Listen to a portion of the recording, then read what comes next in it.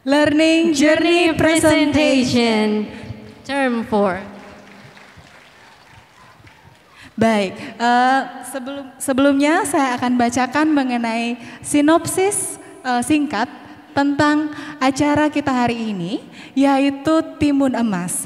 Timun Emas, or the Golden Cucumber, is a Japanese folktale telling the story of a brave girl that tries to escape and survive from an evil green giant that tried to catch and eat her. In Java, a poor widow named Mbok Sirni dreams of finding a child and discover a cucumber seed wrapped in cloth. The green giant Buto Ijo appears and promises her a child if she agrees to give it back once grown. Mbok Sirni plants the seed and a golden cucumber grows, revealing a beautiful baby girl named Timun Emas. Timun Emas grows up to be kind and helpful, but as her 17th birthday approaches, Buta Ijo comes to claim her. Distressed, Mbok Sirni seeks help for a wise hermit who gives her 4 bags with special objects. What's to be the fate of this family? Will Timun Emas be able to escape from the pursuit of giant Buto Ijo? Will the parents, against all odds, manage to save their beloved daughter? Ladies and gentlemen, we present you Stella Moody performance, Timun Emas. Enjoy the show.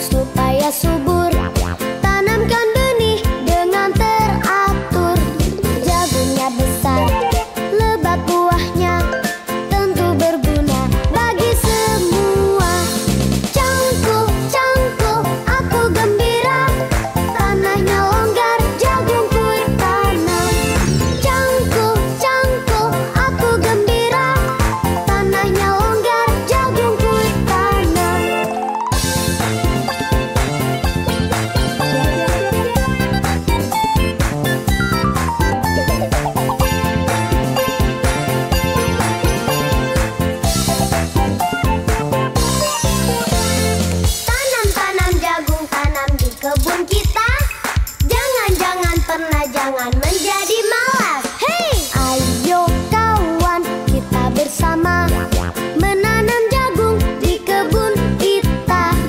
Ambil cangkulmu, ambil pangkurmu, kita bekerja tak jemu-jemu. Cangkul, cangkul, cangkul yang dalam, menanam jagung di kebun kita. Cangkul, cangkul, aku gembira, tanahnya longgar, jagungku tanam. Cangkul, cangkul, cangkul yang dalam, menanam jagung di kebun kita. Cangkul, cangkul, aku gembira, tanahnya longgar, jagungku tanam. Cangkul, cangkul, cangkul, cangkul, aku gembira. Hey!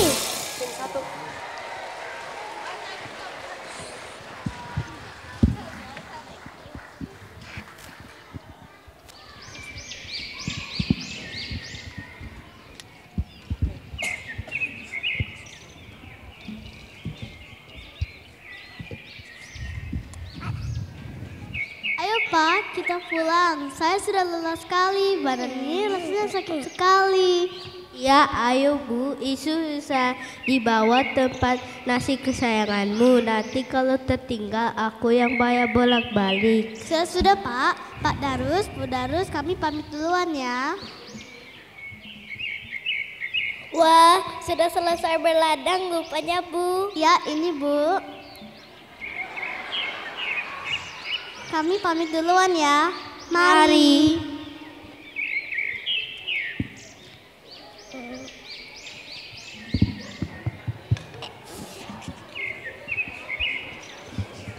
Ya, Narsi.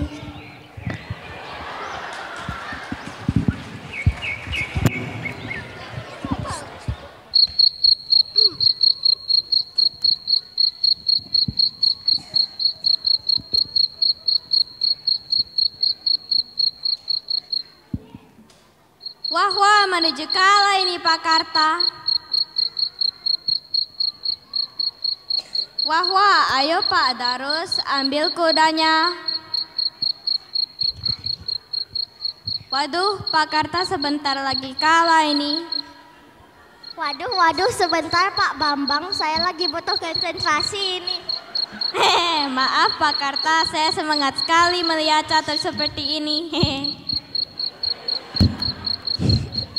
Ini bapak-bapak, kopinya silakan diminum. Terima kasih. Terima kasih Bu.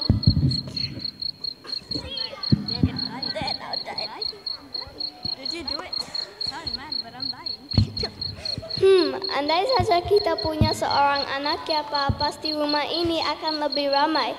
Bisa menemani ibu saat ada permainan catur seperti ini. Bisa membantu kita di ladang.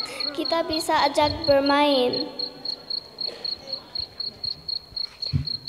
Ya Bu, kita harus tetap sabar dan ikhlas ya Bu. Nanti pasti akan ada jalannya.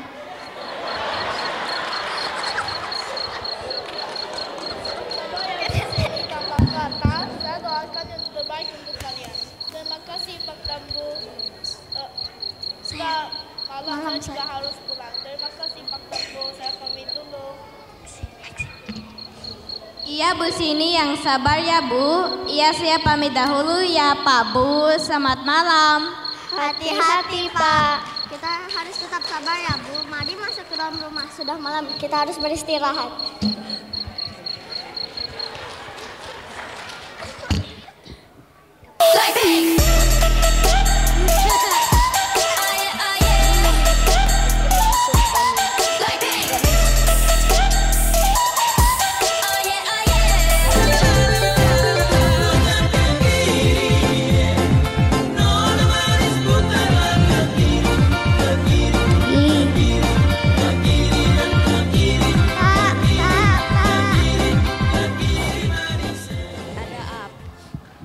Ada apa toh?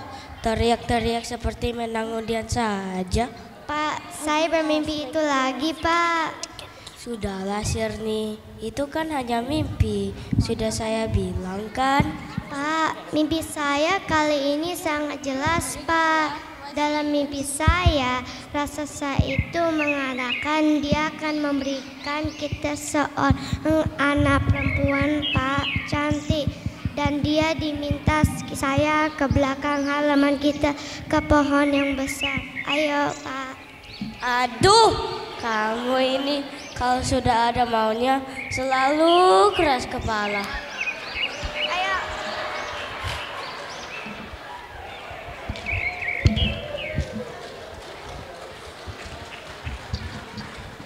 Mbok Sini dan Pak Karta dengan berhati-hati mendekati pohon besar itu dan menggali tanah di balik pohon.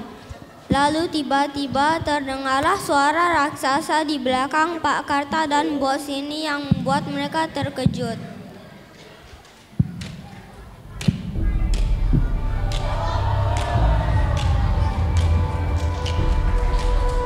Wahai petani kecil, jikalau engkau mempunyai anak, akan kuberikan engkau seorang anak.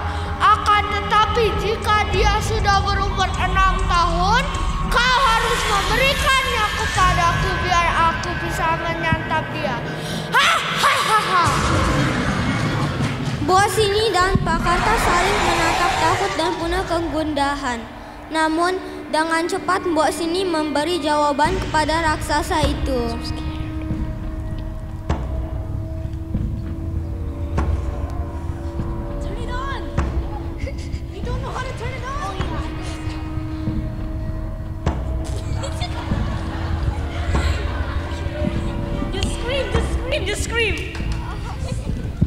Baiklah Tuan, saya setuju dengan persyaratan Tuan. Apa kamu yakin, Sirni? Apakah kamu tidak mau Pak jika ada yang menaik kita di saat masa tua ini?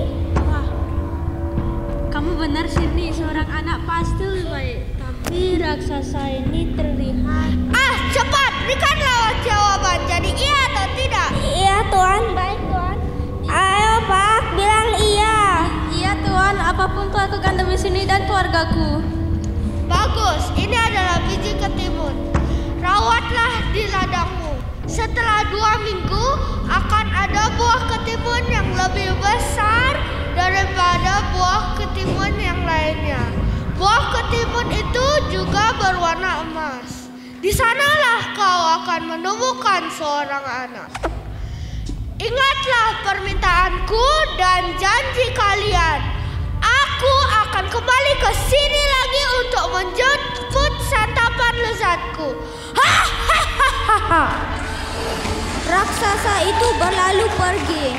Mbok Sini dan Pak Karta terdiam melihat raksasa. Dan setelah raksasa menghilang, Mbok Sini dan Pak Karta segera menanam biji timun itu di ladang.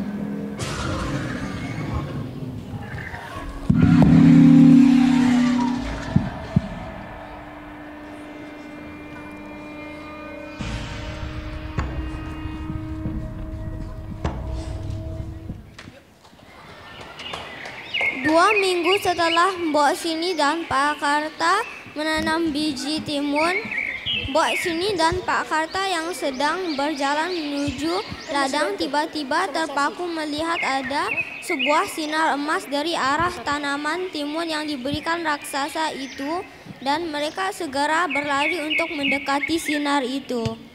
Pak, itu dia, timun emas itu.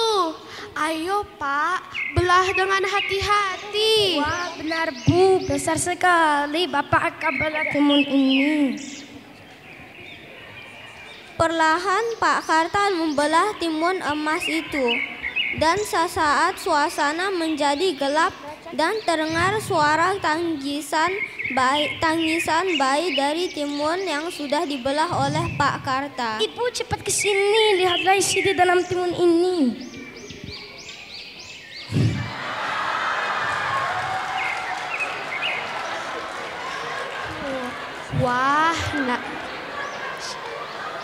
Wah, nak, kamu lucu sekali. Ibu akan menamaimu timun emas karena kamu berasal dari timun yang berwarna emas.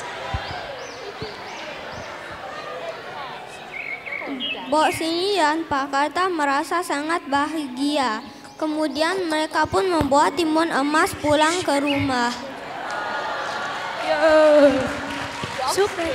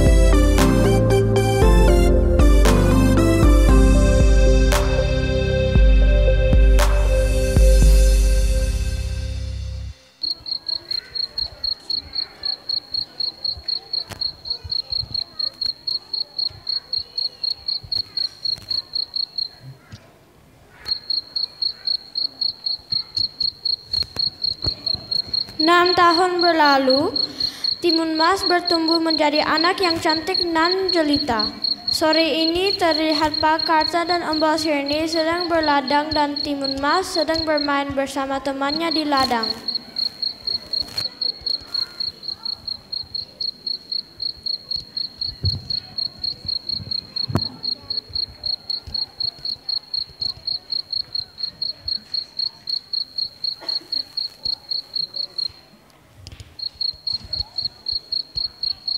Ibu, aku mau main di sana ya.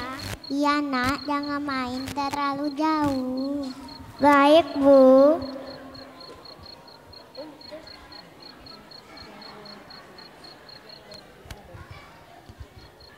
Ayo timun mas, kita sudah ditunggu yang lain di sana. Iya, soalnya kalau kamu gak ikutan, gak bakalan seru.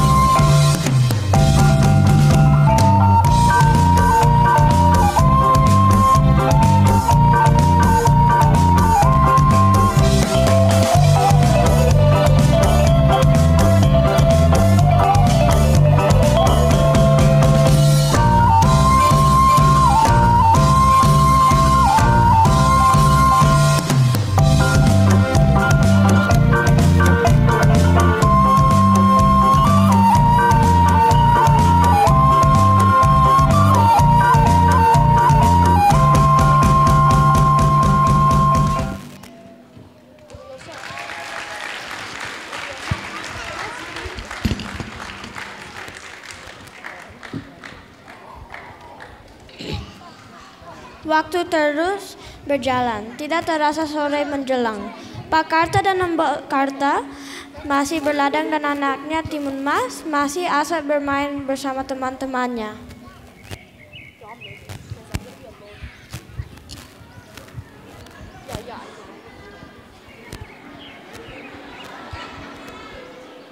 Timun Mas, ayo pulang, nanti kita keseharian. Baik, Pak. Teman-teman, aku pulang duluan ya. Sampai jumpa besok.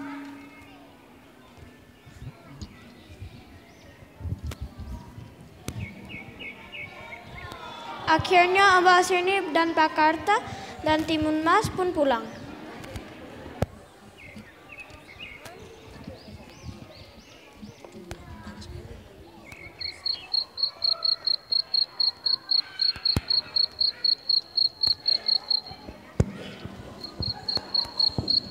Di sore yang cerah, Pak Karta dan Mbak Sirni sedang berbincang di teras rumahnya, sedangkan Timun Mas sudah tertidur pulas.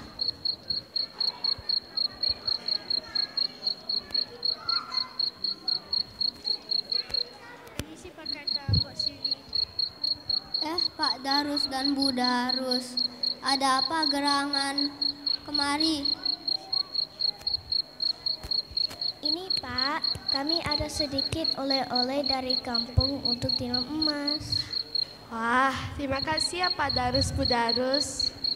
Timun Emas kemana? Kok tidak kelihatan?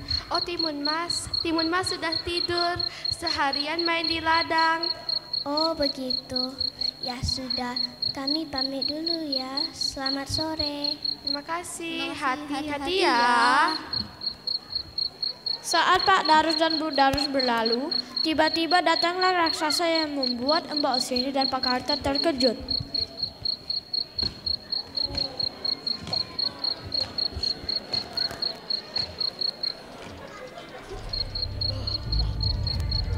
Wahai petani kecil, saya kesini untuk menagih janjimu 6 tahun yang lalu. Cepat, serahkan hal ini sekarang. Saya menyatapnya. Oke. Mbak Sirni dan Pak Karta takut dibuatnya, sehingga Mbak Sirni mencari jalan keluar untuk Timun Mas.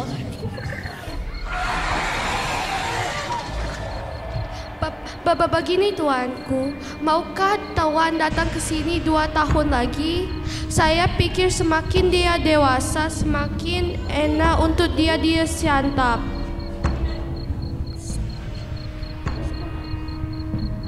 Bagus juga saranmu.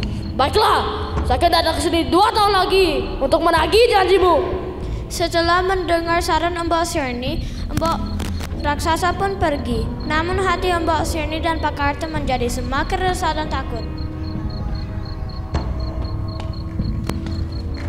Bagaimana ini Sirni? Apa maksudmu mengulur waktu seperti itu? Apa kau benar-benar akan menyerahkan Timun Emas? Tentu saja tidak. Saya menyayangi Timun Mas. Saya tidak bisa hidup tanpanya. Lalu apa yang kita bisa perbuat? Mbak Sirni dan Pak Karta terlihat kebingungan dan sangat sedih. Hari ini mereka merenung di dalam rumah sambil menatapi Timun Mas yang sedang tertidur pulas.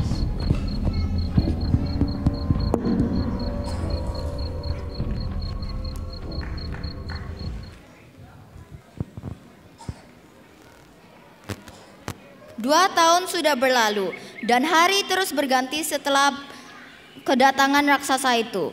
Mbok Sirni dan Pak Karta semakin ketakutan dan kebingungan. Timun Mas tidak boleh lagi bermain jauh-jauh dari pandangan mata mereka. Timun Emas, Timun Mas, ayo kita main. Ayo Timun, sini cepat. Ayo, boleh kan Bu? Iya, boleh, tapi tidak lewat dari halaman depan ya. Baik Bu.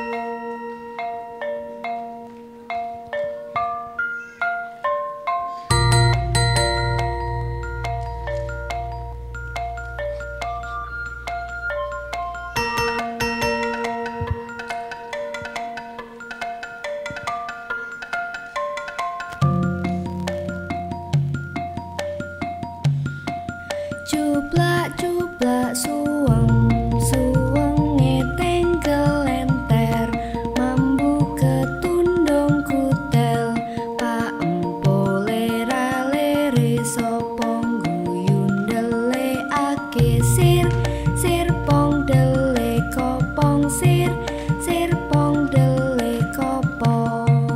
Cuplak-cuplak suweng, suwenge tengkel lenter, mambu ketundung kutel, pak empo lera-lere sopong guyun dele ake sir, sir pong dele kopong sir, sir pong dele kopong.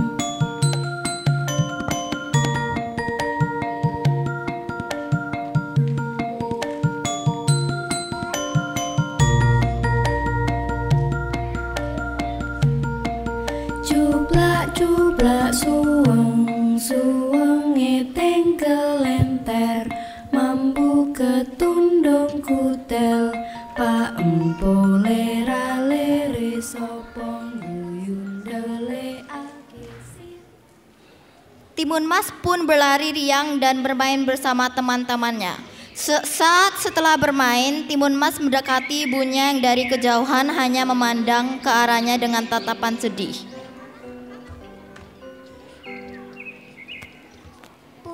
Bu, kenapa sedih? Apakah aku ada buat salah sampai-sampai ibu terlihat sedih? Tidak anakku, ibu baik-baik saja. Ayo kita masuk nak. Ayo.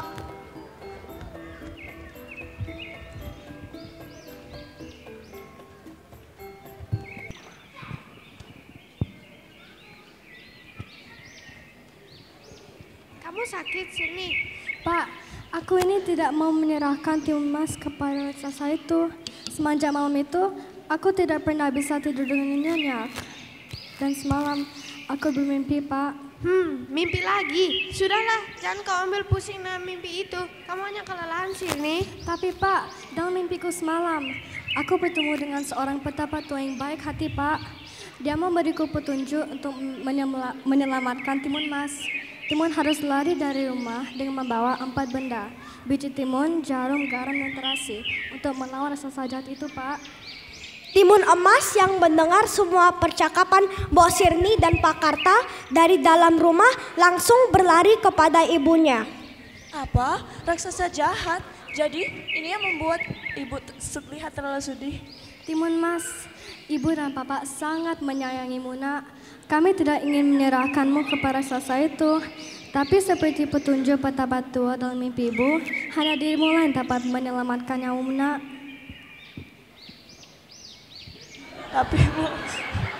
Tapi bu, aku takut raksasa itu pasti menyeramkan. Kamu jangan takut, akan memberimu bekal biji timun, garam dan terasi untuk melawan raksasa jahat itu. Gunakan keempat benda ini saat kamu berlawanan dengan raksasa itu. Sebelumnya berdoalah kepada Sang Pencipta untuk mendapatkan perlindungan, anakku. Tiba-tiba suasana menjadi mencekam. Terdengar suara gemuruh langkah yang tidak lain adalah suara langkah raksasa yang akan menjemput santapannya, yaitu Timun Emas. Wahai petani kecil, ini sudah waktunya. Aku datang ke sini menagih janjimu. Cepat, serahkan anak itu. Aku amat ingin menyantapnya. Lari lewat pintu belakang. Mendengar perkataan Pak Karta dan Mbok Sirni, raksasa geram dan mulai mengejar Timun Emas. Mau kemana, anak manis? Hei raksasa, kamu tidak akan bisa menangkapkan. Raksasa semakin marah dan terus mengejar Timun Emas. Saat raksasa semakin dekat, Timun Emas segera melemparkan alat pertamanya, yaitu biji mentimun, dan seketika raksasa dililit oleh rambatan pohon mentimun yang sangat lebat. Sayangnya, raksasa mampu melepaskan diri dari tanaman timun itu. Timun Emas terus berusaha untuk berlari dan mencoba melemparkan alat keduanya, yaitu jarum yang kemudian berubah dalam sekejap menjadi kumpulan pohon bambu yang sangat tinggi dan tajam.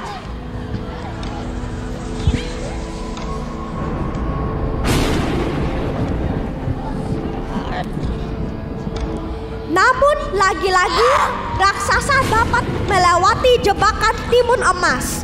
Dengan kaki yang berdarah-darah, raksasa terus mengejar. Timun Emas pun kembali membuka alatnya yang ketiga, yaitu garam, dan seketika hutan pun menjadi lautan luas.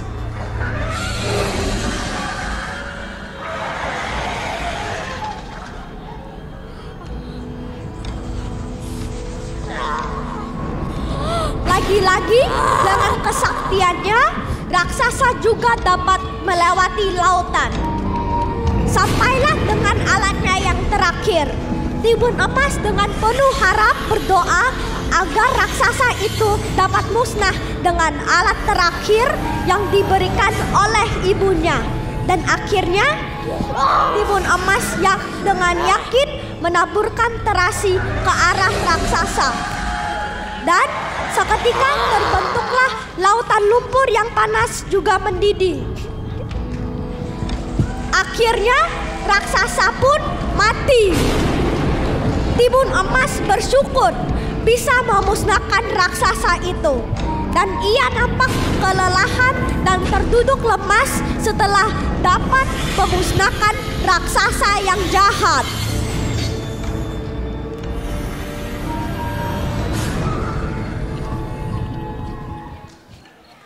Mbok Sirni dan Pak Karta yang merasa sangat cemas dengan keadaan anaknya Timun Emas hanya berpasrah dan menunggu Timun Emas di teras rumah. Pak, bagaimana jika Timun Emas tidak selamat? Bagaimana jika raksasa itu menang, Pak? Bagaimana ini, Pak? Saya tahu Ibu khawatir, tapi apa hanya pasrah, Bu, dan berdoa kepada Sang Pencipta. Tidak berapa lama dari kejauhan terdengar suara Timun Emas. Bapak, Ibu, raksasa itu sudah musnah. Tidak akan ada lagi yang memisahkan kita. Terima kasih Sang Pencipta, Engkau melindungi aku dan keluargaku. Akhirnya anak kita selamat, Pak. Terima kasih Timun Emas, kamu emang anak yang sangat tangguh. Kami sangat menyayangimu.